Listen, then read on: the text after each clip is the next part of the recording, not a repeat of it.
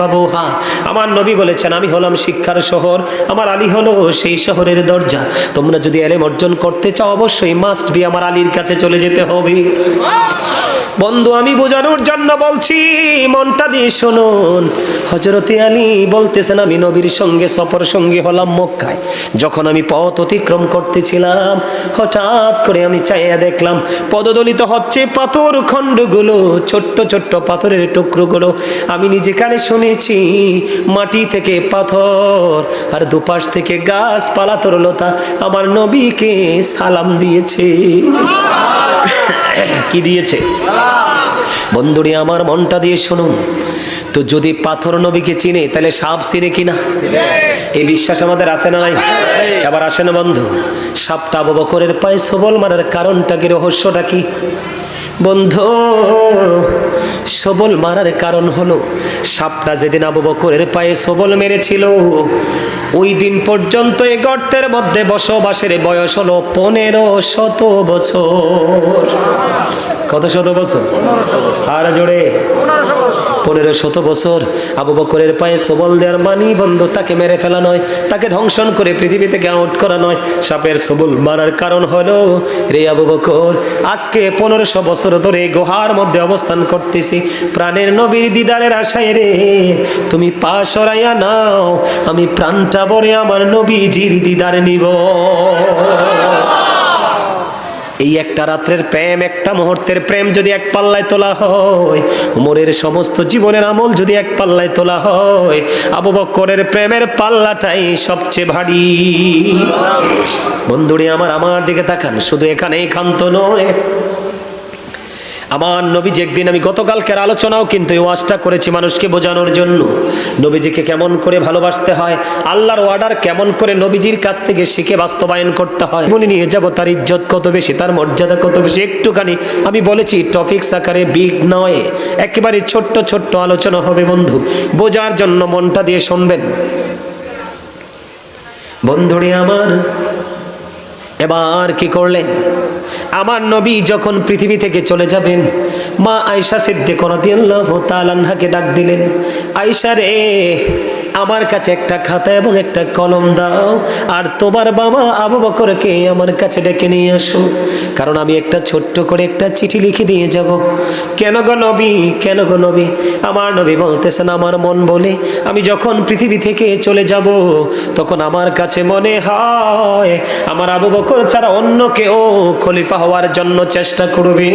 পৃথিবীর মুমিন এবং আল্লাহ রাব্বুল আলামিন আমার পরে আবু বকর ছাড়া অন্য কাউকে খলিফা হিসাবে মানবে না। আমার রাসূল বলে দিয়েছেন বন্ধু, আমার রাসূল বলে দিয়েছেন আমার জন্য আবু বকরের সম্পদ যত বেশি কাজে লেগেছে আর কারো সম্পদ এত বেশি উপকারে আসেনি। শুনতে দেরি রে, এবার আবু বকর একটা ডাক দিয়ে বললেন, ইয়া রাসূলুল্লাহ, ইয়া হাবিবাল্লাহ, নবী গো, শুধু আমার সম্পদ নয় গো, আমি নিজেও আপনার।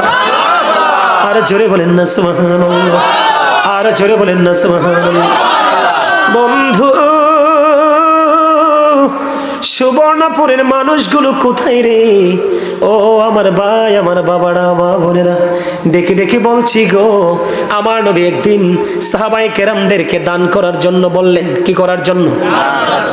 দান করার জন্য যখন বললেন, হযরতে ওমর মনে মনে চিন্তা করতেছে, আমার জীবনে কোনোদিন আমি হযরতে আবু বকরকে হারাতে পারিনি, আজকে আমার একটা সুযোগ এসেছে।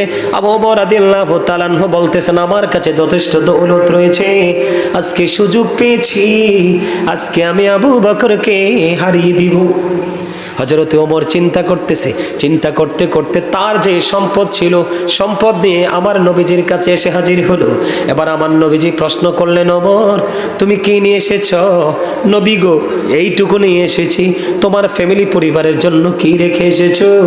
এবার ওমর ডাক দিয়ে বললেন, ইয়া রাসূলুল্লাহ, আপনার কাছে আমি আপনার অর্ডার অনুযায়ী যতটুকু এনেছি তার অর্ধেক আমি আমার ফ্যামিলির জন্য রেখে এসেছি। এবার নবীজি ওমরের কাছ থেকে সরে গেলেন, আবু বকরের কাছে গেলেন। হযরতে আবু বকর সিদ্দিক রাদিয়াল্লাহু তাআলা আনহুকে প্রশ্ন করলেন, রে আবু বকর, তুমি কি নিয়ে এসেছো? ইয়া রাসূলুল্লাহ, আমি নিয়ে এসেছি তোমার ফ্যামিলি পরিবারের জন্য কি রেখে এসেছো? এবার আবু বকর ডেকে ডেকে বলে, ইয়া রাসূলুল্লাহ, আমার যা দৌলত ছিল গো, যা সম্পদ ছিল আমি আপনার কাছে নিয়ে এসেছি, তোমার ফ্যামিলির জন্য কি রেখে এসেছো? এবার আবু বকর ডেকে ডেকে বলে, ইয়া রাসূলুল্লাহ, ইয়া হাবিবাল্লাহ, নবী গো, আমি আমার ফ্যামিলি পরিবারের জন্য কিচ্ছু রেখে আসিনি। আমি আমার ফ্যামিলি পরিবারের জন্য আল্লাহ এবং আল্লাহর হাবিবকে রেখে এসেছি। এবার আবু বকরের এই দৃশ্য দেখে, ওনার এই বক্তব্য, পবিত্র জবানের এই বক্তব্য শুনিয়া এবার ওমর ডেকে ডেকে বলে, হায় রে কপাল, জীবনে কোনোদিন আবু বকরকে হারাতে পারলাম না। আমার মনে হয় আর কোনোদিন আবু বকরকে হারাতে পারবো না। হারাবে কেমন করে রে? ওমরের জীবনের আমল আকাশের তারার চাইতে বেশি রে। কিন্তু ওমরের জীবনের সমস্ত জীবনের আমলগুলো একটা পাল্লায় তুলে দেওয়া হয়। আবু বকরের একটা রাত্রের আমল, যে এই রাত্রটা হলো হিজরতের রাত্র বন্ধু। হিজরতের রাত্রের একটি মুহূর্তের প্রেম যদি এক পাল্লায় তোলা হয়, ওই হযরত ওমরের জীবনের সমস্ত আমলের চাইতে ভারী হয়ে যাবে। আপনারা জানেন কিনা জানি না, নবীজি যখন মক্কা থেকে রওনা হয়ে গেল বন্ধু মদিনার উদ্দেশ্যে, হিজরতের উদ্দেশ্যে, নবীজি এবং আবু বকর কয়জন সঙ্গী? কথা বলে না। পা কয়টা? কয়টা? এদিক দিয়ে বন্ধু আবু জাহেল পাগল হয়ে গেল। ওট পর্যন্ত ঘোষণা করে দিল, নবী মুহাম্মদের কল্লা যদি এনে দিতে পারো 100 ওট তোমাকে পুরস্কার দেওয়া হবে। নাউজুবিল্লাহ। বন্ধু, আল্লাহ কয়, রে আবু জাহেল, আমার হাবিবকে কতল করবো আমি আল্লাহ কি চেয়ে চেয়ে দেখবো? কারণ তোমরা জানো না আমার একা একা ভালো লাগে না, এই জন্য আমি কি করলাম, আমি আশেক হয়ে মাশেক বানাইলাম আমার হাবিবকে। দেখেন আবু বকরের প্রেম। আমার নবীজি হাঁটতেছে বন্ধু, হাঁটতে হাঁটতে হাঁটতে হাঁটতে নবীজির পায়ের মধ্যে পা মোবারকে ফোসকা পড়ে গেছে। এবার আবু বকর একটা ডাক দিয়ে বলতেছে, নবী গো, নবী গো, আমি আবু বকর আপনার সঙ্গে আছি। আপনি হাঁটতে হাঁটতে আপনার পায়ের মধ্যে ফোসকা পড়ে গেছে। কিয়ামতের দিন আমার আল্লাহ যদি একটা ডাক দিয়ে জিজ্ঞেস করে, আবু বকর তুমি তো সঙ্গে ছিলা রে, আমার হাবিবের এই কষ্ট কি তোমার দুই চোখে দেখুনি, আমি কেমন করে জবাব দিব? বন্ধু নবীজিকে ডাক দিয়ে বললেন, নবী গো, আপনি আমার কাঁধে চড়ুন, আমি আপনাকে কাঁধে করে নিয়ে যাব। বন্ধু, সমস্ত দুশ্মন বাহিনী নবীজিকে খোঁজার জন্য পাগল হয়ে গেল। যাইতে যাইতে যাইতে যাইতে গুহার কিনারায় যখন ধার প্রান্তে গেল, ওখানে যাইয়া দেখে রে, এতক্ষণ কিন্তু বিশেষজ্ঞ ছিল তৎকালীন সময়, তার নামটা আমি এই মুহূর্তে ভুলে গেছি, তবে অনলাইন আলোচনায় আছে, আপনারা দেখে নেবেন। বিশেষজ্ঞ নিয়ে আসলেন নবীজির কদম এবং আবু বকরের কদমকে চিহ্নিত করার জন্য। যাইতে যাইতে যাইতে যাইতে নবীজির ওই যে সরু পর্বতের মধ্যে নবীজি ঢুকলেন। ওখানে যাওয়ার পরে দেখেন 4টা পাও না 2টা পা। কয় পা? 2 পা। তার কারণ এটা আল্লাহ রাব্বুল আলামিনের প্রেম। ওই যে জালেমদের সকল জালিয়াতিকে আল্লাহ রাব্বুল আলামিন ব্যর্থ করে দিবে, এটাই হলো উদ্দেশ্য। এবার গবেষক এসে দেখে নবী মুহাম্মদের কদমের ছাপ তো নাই, কোথাও উধাও হয়ে গেছে। তারপরেও কিন্তু এই যে সরু পর্বতের মধ্যে গুহার মধ্যে নবী এবং আবু বকর সবাই কিন্তু আলোচনা শুনতেছে। মনটা দিয়ে শুনবেন, একটু বুঝাই আপনাদেরকে। বন্ধুরে আমার, ওই গুহার মুখের মধ্যে বন্ধু পাহাড়ি কবুতর বাসা বানাইলো। নবীজি ঢুকলো কিছুক্ষণ আগে, ওই বাসা বানাইয়া ডিম পারলো রে। ডিম পেরে ডিম কবুতর মিলে তা দিচ্ছে। নবীর দুশ্মনেরা চাইয়া দেখে কি আশ্চর্য ব্যাপার, পুরনো একটা পাখির বাসা, যদি এটার মধ্যে থাকে তাহলে তো বাসা থাকার কথা না। বন্ধুরে আমার, আপনাদেরকে মজার খবর দেই, এই যে আরবের মরুতে আপনারা মদিনায় গেলে দেখবেন, মক্কায় গেলে দেখবেন বন্ধু কত সুন্দর লাগে কবুতর, ঝাঁকে ঝাঁকে কবুতর। এই কবুতরের উৎপত্তি স্থল কোথায় রে? ওই এই কবুতরগুলো হলো যারা হিজরতের রাস্তায় যেই 2টা কবুতর বন্ধু ওই গুহার মুখের মধ্যে বাসা বনে ডিম পেরেছিল, ওই কবুতরগুলোর বংশধরই আজকে মদিনা দাবিয়ে বেড়াচ্ছে। মক্কা দাবি বেরাচ্ছে বন্ধু, এটা এতটাই পবিত্র, জোরে জোরে কন্যা সুবহানাল্লাহ। এরে সুবর্ণপুরের মানুষ, হৃদয়গুলো তোমাদের পাথর, এই পাথরের মতো হৃদয় তোমাদেরকে জাহান্নামে পৌঁছে দিয়ে ক্ষান্ত হবে, তার আগে নয়। বন্ধুরি আমার, এদিক দিয়ে দেখেন মাকড়সা দেখবেন সহজে মানুষে মারে না, মারেনি। দেখবেন পুরো বাড়ির আঙ্গিনাটাকে পরিত্যক্ত করে ফেলে বাসা বুনতে বুনতে, তারপরেও মাকড়সাকে মারেনি, মানুষ মারে না।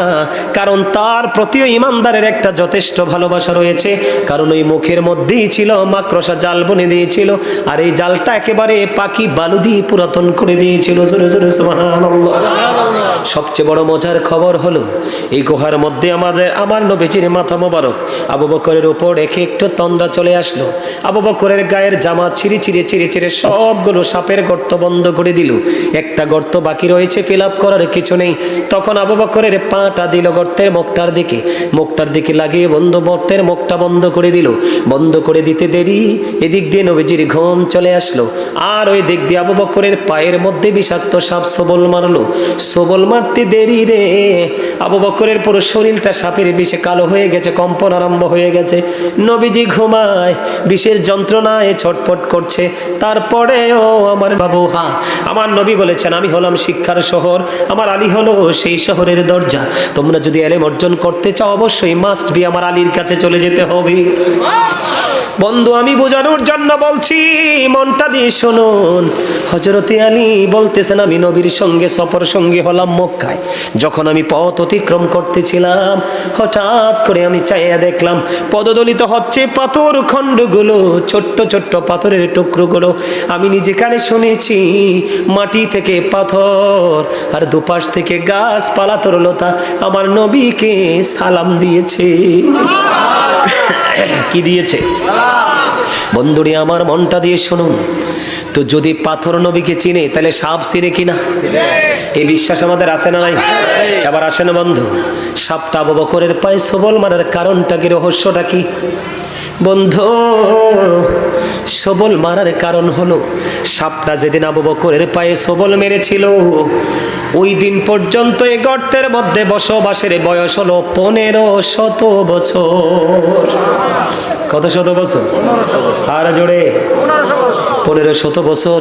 আবু বকরের পায়ে সবল দেওয়ার মানি বন্ধু, তাকে মেরে ফেলা নয়, তাকে ধ্বংসন করে পৃথিবী থেকে আউট করা নয়। সাপের সবল মারার কারণ হলো, রে আবু বকর, আজকে 1500 বছর ধরে গুহার মধ্যে অবস্থান করতেছি, প্রাণের নবীর দিদারের আশায় রে, তুমি পা সরাইয়া নাও, আমি প্রাণটা ভরে আমার নবীজির দিদার নিব।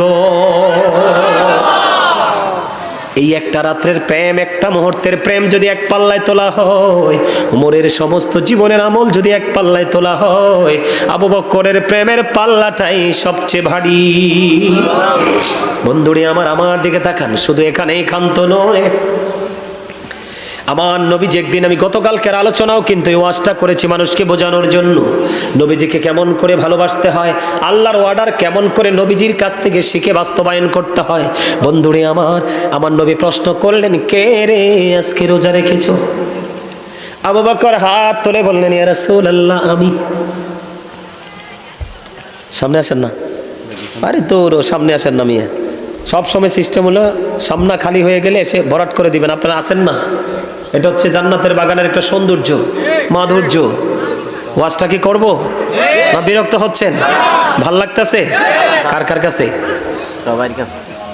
নারায়ে তাকবীর, আল্লাহু আকবার, ইয়া রাসূলুল্লাহ, ইয়া পাক পাঞ্জাতন, ইয়া আলী, সুলেমানের আগমন, শুভেচ্ছা, সুলেমানের আগমন, শুভেচ্ছা, নালায়াতের আগমন, শুভেচ্ছা, ওলি আল্লাহর আগমন, শুভেচ্ছা। মারহাবা। ওকে, আলহামদুলিল্লাহ বলেন। আলহামদুলিল্লাহ। দেখেন, প্রেম বোঝাচ্ছি আপনাদেরকে, প্রেম। আমরা কিন্তু ওরে বাপ রে বাপ, আমরা সুন্নি জামাত করি, কি গেট আপ রে ভাই। সুন্নির আগা কোনটা গোড়া কোনটা এটাই তো চিনেন না আমি এখনো। সুন্নি জামাত কাহাকে বলে জানেন, বোঝেন? শুধু মাথায় টুপি দিলে, দাড়ি রাখলে, পাগড়ি পরলে, আর শুধু মিলাদে অ্যাটেন্ড করলে সুন্নি জামাত নয়। সুন্নি আহলে সুন্নাত ওয়াল জামাত ওটাকে বলা হয় যেটা ফরজ বলেন, ওয়াজিব বলেন, সুন্নত বলেন, রাসূলের জীবনের শুরু থেকে শেষ পর্যন্ত আমাদেরকে যে সিস্টেমে শিক্ষা দিয়েছেন সেই শিক্ষাটাকে শিখে বাস্তবে বাস্তবায়ন করার নাম হলো সুন্নি জামাত। আর ওটাকে রাসূল বলেছেন আহলে সুন্নাহ ওয়াল জামাত ইজ দ্য বেস্ট পার্টি। জোরে জোরে আল্লাহু আকবার। বন্ধুরে আমার নবী ডাক দিয়ে বললেন, কে রে রোজা রেখেছো? আবু বকর হাত তুললেন, নবী গো আমি। দ্বিতীয়বার আমার নবী প্রশ্ন করলেন, কে রে আজকে জানাজায় অংশগ্রহণ করেছো, জানাজা স্মরণ করেছো? এবার আবু বকর হাত তুলে বললেন, নবী গো আমি গো। তারপরে তৃতীয়বার প্রশ্ন করলেন, কে রে আজকে অসুস্থ লোকের সেবা করেছো? আবার আবু বকর হাত তুলে বললেন, ইয়া রাসূলুল্লাহ আমি। আমার নবী আবার প্রশ্ন করলেন, কে রে আজকে মিসকিনকে খাবার খাইয়েছো? এবার আবু বকর হাত তুলে বললেন, ইয়া রাসূলুল্লাহ আমি। এবার আমার নবী ডাক দিয়ে বললেন, এই চারটা গুণ যার মধ্যে আছে সে হলো জান্নাতি। সেই আবু বকরের সাথে আপনি থাকতে পারবেন যদি নবীর সাথে প্রেম করে প্রেমটাকে বাস্তবায়ন করতে পারেন। আবু বকর নিয়ে বিস্তারিত আলোচনা আছে, একবার পার্ট বাই পার্ট আলাদা। অনলাইনে শুনতে চাইলে অনলাইন থেকে শুনবেন। আমি এইটুকু আজকে বলে দিলাম কারণ আমার মূল জায়গাটায় বাকি রয়েছে। এখনো আপনাদেরকে মনে হয় আপনারা দুর্বল, ইউ আর ভেরি উইক, দুর্বল। ওই যে আরেকটা বইছে, দেখতে কত সুন্দর মন্দর দেখা যায়, এটা এই যে বোট খাইতে আছে, এটা খাইতেই আছে, খাইতেই আছে।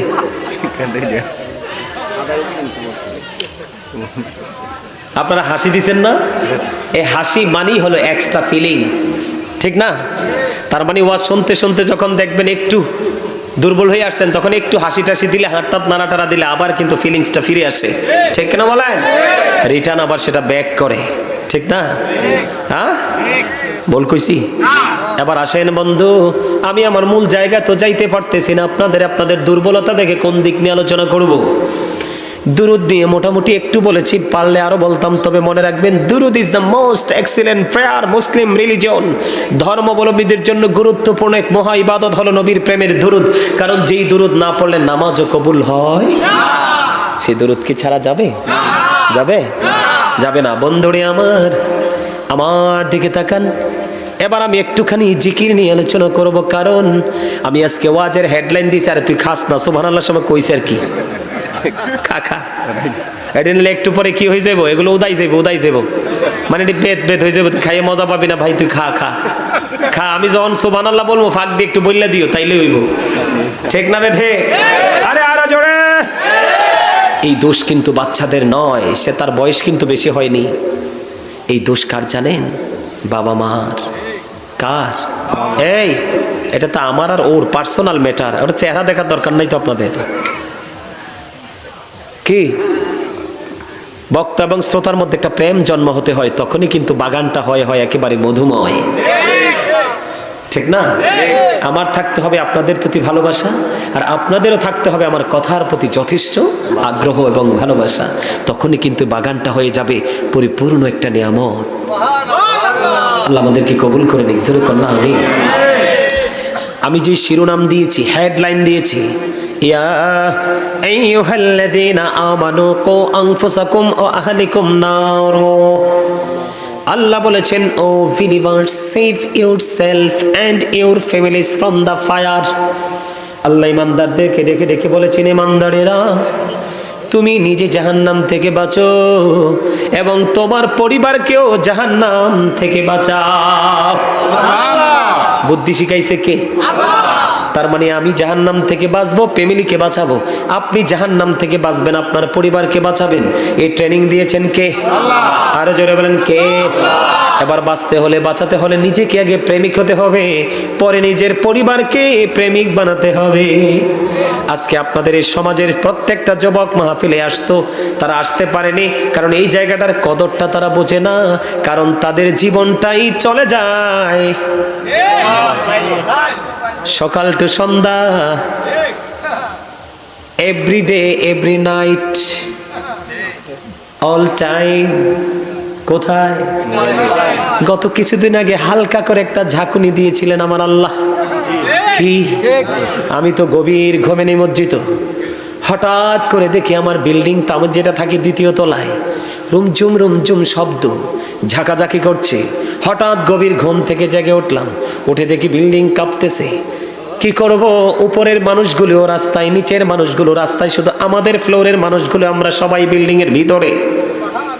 আমি আমার বারান্দা দিয়ে তাকায়া দেখি সব মানুষ রাস্তায়।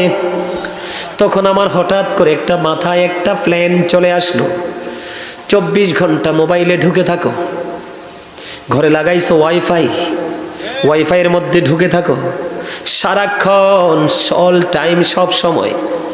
কিন্তু আল্লাহ কি এমন ঝাঁকুনি দিল, তোমার মোবাইল রইলো কই, ফেসবুক রইলো কই, টুইটার রইলো কই, ইনস্টাগ্রাম রইলো কই, ওয়াইফাই রইলো কই, তুমি তো চলে গেলা রাস্তার মাঝখানে।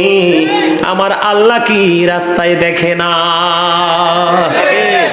এমন কোন জিনিস ভালোবেসো না যেটা তোমার দুর্দিনে পাশে থাকবে না। এমন জিনিসকে ভালোবাসো, বুকে জড়িয়ে নাও, যেটা তোমার সুখের দিনে থাক বা না থাক, তোমার দুঃখের দিনে সে অটো হাজির হয়ে যাবে তোমাকে সেভ করার জন্য। সেটা হলো আমার আল্লাহ এবং আল্লাহর হাবিবের ভালোবাসা। ভালো লাগে না? না, কারণ কথাগুলো একটু খারাপ লাগতেই পারে। আল্লাহ কুমুরুন, হক কথা একটু তিতা। হক কথা কি? তিতা মিনিস। বাঙালিতে এত চালাক, যেটা মুখে মিষ্টি পেটে গেলে এটা ক্ষতি করে, এটা বেশি খায়। যেটা মুখে একটু তিক্ত লাগলেও পেটে গেলে এটা সবগুলো অর্গানকে এটা কি করে, টক্সিন মুক্ত করে, কি করে, জীবাণু মুক্ত করে, ওটা আমরা খেতে চাই। আসলে কি আমরা চালাক না বোকা? এতটাই বোকা, কন্টিনিউ নিজেকেই নিজে দিচ্ছি অল টাইম ধোকা। ঠিক না বে ঠিক? আমার কথা না, আল্লাহ বলছে, আমি না, আল্লাহ, আমি জবান। আল্লাহ কি বলেছে? তুমিও বাঁচো, তোমার পরিবারকেও বাঁচাও। বাঁচতে হলে এবং বাঁচাতে হলে উভয়কে করতে হবে জিকির। জিকির করা হলো ফরজ। জিকির করা কি? আল্লাহ বলেছেন, আমার দিকে তাকান, ফাযকুরুনি আযকুরুকুম। আল্লাহ বলেছেন, remember me then I will remember you. তোমরা আমাকে স্মরণ করো, আমি তোমাদেরকে স্মরণ করব। বন্ধুরে আমার, হৃদয়ের জানালা খোলে সবাই শোনো। আল্লাহ বলেছেন, ইয়া আইয়ুহাল্লাযীনা আমানু যকুরুল্লাহা যিকরান কাসীরা ওয়াসাব্বিহুহু বুকরাতাও ওয়াসীলা। আল্লাহ রাব্বুল আলামিন বলে দিয়েছি, ইমানদারেরা বেশি বেশি করে তোমরা আল্লাহর জিকির করো, সকাল টু সন্ধ্যা আল্লাহর পবিত্রতা ঘোষণা করো। ওমা কথা কয় না? এত সুন্দর কথা শোনার পরে কি সুবহানাল্লাহ কোনটা উচিত না? আল্লাহ ইমানদারদেরকে ডাক দিছে, মুনাফিককে না, কোনো বেঈমান কাফেরকে না। কারণ মুমিনরাই তো আল্লাহকে ভালোবাসে। আল্লাহ কয় তোমরা বেশি বেশি করে জিকির করো, সকাল টু সন্ধ্যা আল্লাহ পবিত্রতা ঘোষণা করো। জোরে জোরে আলহামদুলিল্লাহ। এখন কেমন করে করব? ফাযকুরুল্লাহা কিয়ামান, দাঁড়িয়ে জিকির করো, ও কুউদান, বসে জিকির করো, ওয়া আলা যুনুবিকুম, শুয়ে শুয়ে মাওলার জিকির করো। বলে হুজুর লাভ হবে কি? আল্লাহ ডেকে ডেকে বলে, হাবিব আপনি জানিয়ে দেন, আমার বান্দা আমাকে যেমন মনে করবে আমি আমার বান্দার কাছে ঠিক তেমনি। কেউ দেখবেন রাতারাতি কোটিপতি হয়, কেউ দেখবেন ফকির হয়। এটার কারণ কি জানেন? মুমিনরা যখন দুঃখ পায় তখন মনে করে এটা আমার তকদিরে লেখা।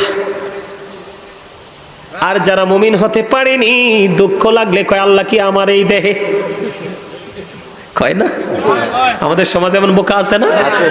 আল্লাহ ডাক দিয়া কয়, কইতাম নি হেসা কথাটা? আরো জোরে কইতাম।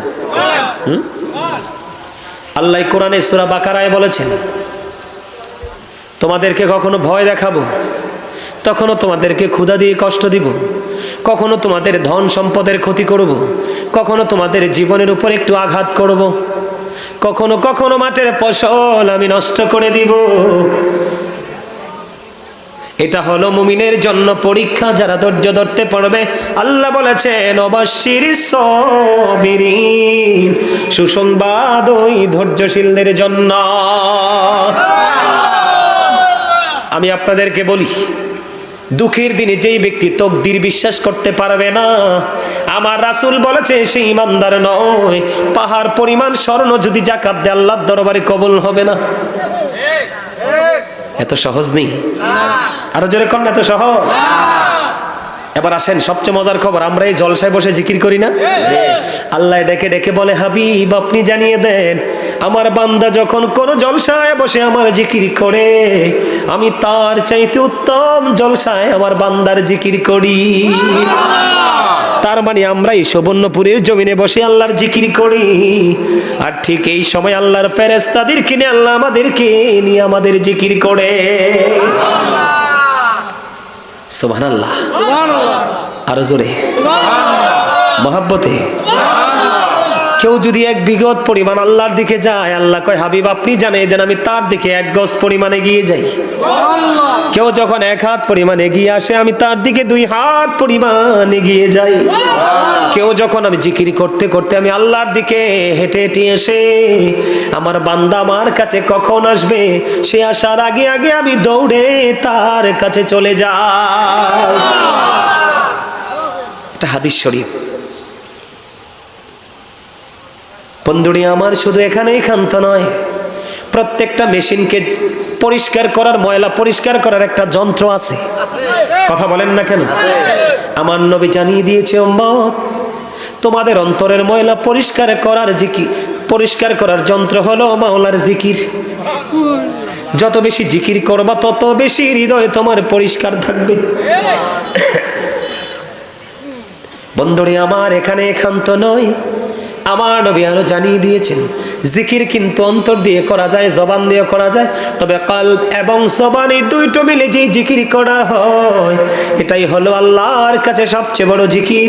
আল্লাহর হাবিব বলেছেন তোমরা এমন ভাবে জিকির করো মানুষ দেখলে যেন তোমাদেরকে পাগল বলে।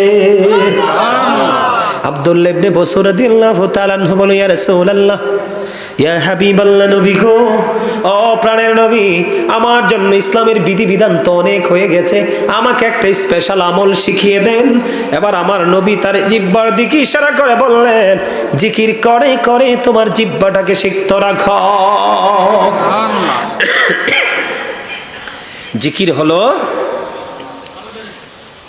হলো Zika is the heart medicine. জিকির হলো কলবের, হার্টের ঔষধ। যে তো বেশি জিকির করবেন আপনার হার্ট তত বেশি স্ট্রং থাকবে। কি থাকবে? আপনার হার্ট তত বেশি স্ট্রং। তাহলে জিকিরে লাভ না লস? আরো জোরে। জিকির হলো আরবি শব্দ। জিকির হলো কি?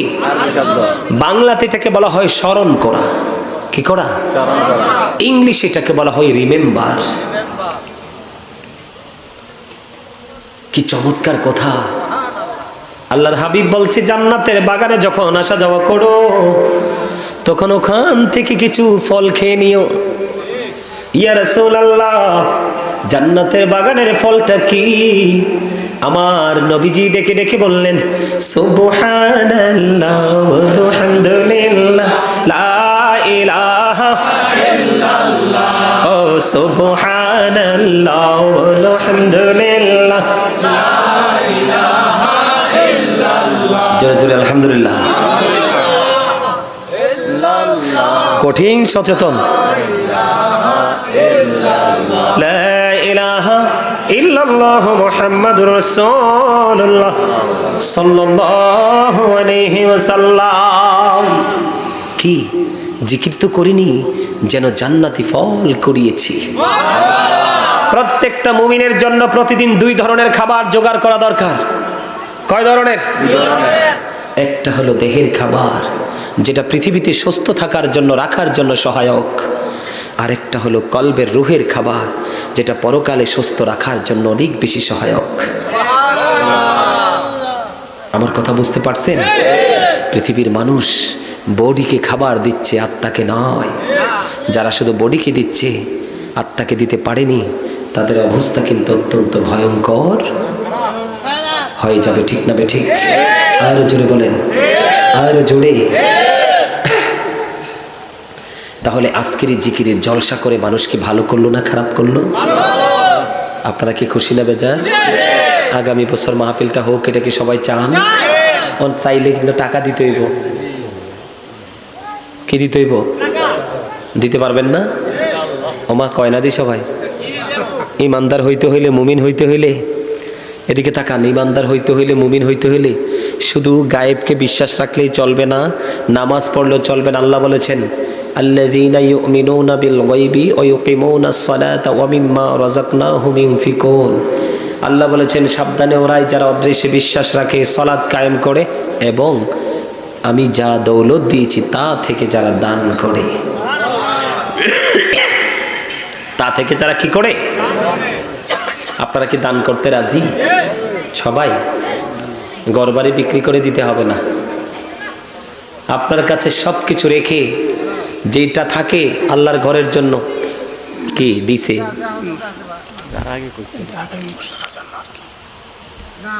দিত কইছে, এটা কি প্রতিশ্রুতিবদ্ধ? না না, এটা তো দিছে, এটা আগামী বছর মাহফিলের জন্য বাজেটটা। ও আচ্ছা আচ্ছা আচ্ছা, এগুলো লাগবে। হ্যাঁ, বুঝতে পারছি। আমার আলোচনা কিন্তু শেষ হয় নাই। কি শেষ হয়েছে না? কথা বলেন না। আমার কিন্তু ওয়াজ শেষ হয় নাই, আপনাদেরকে একটু টোকা দিলাম আর কি। আপনারা ঘুমে আছেন না সজাগ আছেন চাইলাম আর কি। অনেকেই সজাগ আছেন, অনেকে আবার দেখতেছি গভীর ঘুমে নিমজ্জিত।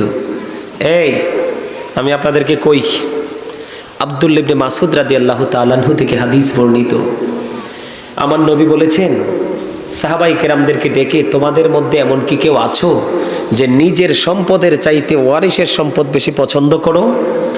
সাহাবীরা বলে ইয়া রাসূলুল্লাহ, না, আমাদের মধ্যে এমন কেহ নেই।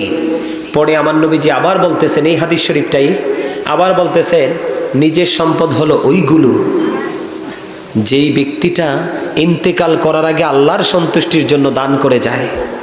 কি করে যায়? কথা বলে না। যেমন আমি আপনাদেরকে এক্সাম্পল দিই, মানুষ মরার পরে কি আইসা তার বাড়ি ঘর জায়গা জমি সোনা গয়না নিতে পারে? আরো জোরে পারে? পারে না। এইটাই বুঝিয়েছেন আমার নবীজি যে ইন্তেকাল করার আগে যা তোমরা দান করে যাবে তাই হলো তোমাদের আপন সম্পদ, যা রেখে যাবে তা হলো তোমাদের ওয়ারিসের সম্পদ। এরা তোমার মরার পরে তোমার আল্লাহর সন্তুষ্টির জন্য তোমার জন্য দান করতেও পারে এবং নাও করতে পারে। তবে বর্তমানে এই প্রেক্ষাপট যে অসভ্য ছেলেদের মধ্যে যে অসভ্যতা ঢুকিয়ে দিচ্ছে কিছু খারিজি মৌলবী, এরা আপনার জন্য দান তো থাক দূরের কথা, আপনার কবরের পার জিয়ারত তো থাক দূরের কথা, বলবে আব্বার কবরের পার যাওয়া বেদাত। কি খারাপ কইছি হুজুর? কি বলবে? বেদাত বলবে। এই জন্য আপনার উচিত কি, ওই যে বলতে চেয়েও আবার কিন্তু ঘুরে এসেছি, কারণ এমনিতে তো অনেক সময় পার হয়ে গেছে। আল্লাহ রাসূল বলেছেন তোমরা তোমাদের সন্তানদেরকে তিনটি বিষয় শিক্ষা দাও। কয়টি? আদিবু আওলাদাকুম আলা সালাসি খিসালিন হুব্বি নাবিকুম ওয়া হুব্বি আহলি বাইতিহি ওয়া আলা কিরাতিল কুরআন। রাসূল বলেছে তোমরা তোমাদের সন্তানদেরকে তিনটি বিষয় শিখাও। ইয়া রাসূলুল্লাহ কি? নবীজি বলেন হুব্বি নাবিকুম, teach the love of the prophet, নবীর ভালোবাসা শিখাও। ওয়া হুব্বি আহলি বাইতিহি, টিচ ফ্যামিলি লাভ। আল্লাহ রাসূল বলেছেন আলা কিরাতিল কুরআন, learn to recite the holy Quran. তোমরা তোমাদের সন্তানদেরকে কোরআন তেলাওয়াত শিখাও। আপনি যখন নবীর প্রেম শিখাবেন, আহলে বাইতের প্রেম শিখাবেন, যখন কোরআন তেলাওয়াত শিখাবেন, কারণ Allah is all in all, follow his law and light for eternal success. Allah of the first pillar is the lord of world, রব্বুল আলামিন। মুহাম্মদ সাল্লাল্লাহু আলাইহি সাল্লাম is the blessing for the world, রাহমাতাল লিল আলামিন। কি চমৎকার না? আরো জোরে।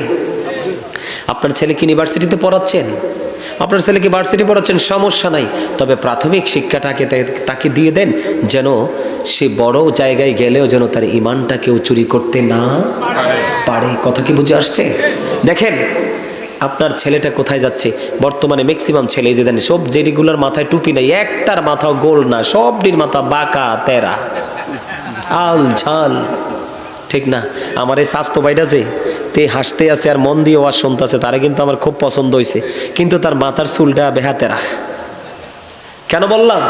আরে হেরে দেখে হাইছেন না, আপনাদের মাথার দিকে হাত দিয়ে দেখেন, আপনারটা কুলার মতো। বলে কেন বললাম এই কথাগুলো? বাস্তব কথা। এই কথাগুলো কেন বলেছি? আমরা তো ইসলামের রঙিন হওয়ার কথা, তাই না? Islam is not only a religion but also complete code of life. ইসলামের মধ্যে রয়েছে পরিপূর্ণ পূর্ণাঙ্গ জীবন ব্যবস্থা। তার কারণ ইন্নাদ-দীনা ইনদাল্লাহিল ইসলাম, ইসলাম হলো আল্লাহর মনোনীত ধর্ম। ইসলাম কি আল্লাহর মনোনীত ধর্ম? সেই ইসলামের নির্যাস কি? আপনার আমার প্রাণের নবী, ঠিক না? আমেরিকার গবেষক কি বলেছেন? The 100 ranking of the most influential person in the history. 100 জন প্রভাবশালীর তালিকায় তিনি ইনফ্লুয়েন্সাল দ্বারা চ্যাম্পিয়ন বলে ঘোষণা দিয়েছেন। আপনার আমার প্রাণের নবীকে। আপনারা সবার পরিচিত শাহপুর দরবার শরীফের পীর সাহেব কেবলা, আমার প্রিয় ভালোবাসার মানুষ ডক্টর আহমদ পেয়ারা বাগদাদি, উনি বলেছেন of all the great religious personalities of all prophet Muhammad রাসূলুল্লাহ সাল্লাল্লাহু আলাইহি সাল্লাম ওয়াজ দ্য মোস্ট সাকসেসফুল। কি গেট আপ! অনেকে কিন্তু চুমু খায় না। আরে ভাই, ভালো করে পড়াশোনা করেন, না করলে যারা ভালো জানে তাদের সাথে সম্পর্ক করেন। রাসূলের নাম মোবারক নিয়ে চুমু খাইলে কি হয় জানেন?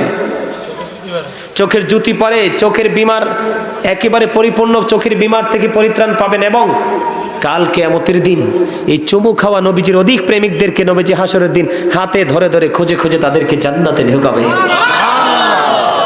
এখন তো অনেকেরই নবীর কথা কইলে পায়জামা গরম হয়ে যায়, শায়েকের কথা কইলে মজা লাগে। কার কথা মজা? শায়েকের কথাগুলো মজা, নবীর কথা তিতা। কারণ নবীর কথা শুনলেই তো তাদের এগেইনস্টে চলে যায় পুরো কাজ। তাদের শায়েক যেটাকে বৈধ বলে সেটাই বৈধ, নবীজি যেটাকে বলেছে বৈধ সেটা হলো অবৈধ। কেন বলেছি জানেন? ডক্টর আহমদ পেয়ারা বাগদাদি পীর সাহেব কেবলা বলেছেন, পৃথিবীতে যত নবী রাসূল এসেছে এর মধ্যে সবচেয়ে ইমামতি থেকে রাজনীতি, রাজনীতি থেকে ইমামতি পর্যন্ত প্রত্যেকটা জায়গায় সফল আপনার আমার প্রাণের নবী। সেই নবীর উম্মত হয়ে আমরা সফল হতে পারবো না, এটা কি মানা যায়? কথা বলেন না, মানা যায়? সফল হতে হলে সফল ব্যক্তিদের সাথে যুক্ত হতে হবে। বেঈমান কাফিরকে ফলো করা যাবে না, কারণ চুল কাটা এটাও রাসূলের একটা সুন্নাহ। এটা কি একটা সুন্নাহ। এখানেও কিন্তু একটা চুল কাটার সিস্টেম আছে, কন্ডিশন আছে, আমরা কিন্তু সেটা করছি না। বাবা মাও কিন্তু সেটার দিকে তাকাচ্ছে না। ম্যাক্সিমাম ছেলেদের প্যান্টাল, এই শার্টটা আলগি দিয়ে দেখেন, তার ম্যাক্সিমাম যুবক ছেলেদের প্যান্টটা নাবির নিচে একেবারে। লিবাসুত তাকওয়া যালিকা খায়র। আল্লাহ বলেছেন ইমানদার পুরুষের জন্য ফরজ পোশাক হলো উপর দিয়ে নাভি বরাবর, নিচে দিয়ে টাকনোর উপরে। এখন উপর দিয়েও নাভির নিচে, নিচে দিয়েও টাকনোর নিচে। আল্লাহি, হাদিস শরীফ নিজের চোখে পড়েছি, নিজের চোখে দেখেছি। আল্লাহ রাসূল বলেছেন যারা ইচ্ছে করে অহংকার করে নাভির নিচে ঝুলিয়ে, লুঙ্গি হোক, প্যান্ট হোক, পায়জামা হোক, ট্রাউজার হোক, নাভির নিচে ঝুলিয়ে পড়বে, নিচে দিয়ে টাকনো নিচে ঝুলিয়ে রাখবে। আল্লাহ রাসূলের প্র্যাকটিক্যাল, আমি সেই দিকে আলোচনা করবো না, অনলাইনে বেশ বিস্তারিত আলোচনা করা আছে। সম্মানিত উপস্থিতি, আল্লাহ রাসূল বলেছে তার নামাজ পর্যন্ত কবুল হবে না। এবং বুখারী শরীফের মধ্যে এসেছে এই পোশাক তাকে জাহান্নামে নিয়ে যাবে। জোরে জোরে কর নাউজুবিল্লাহ।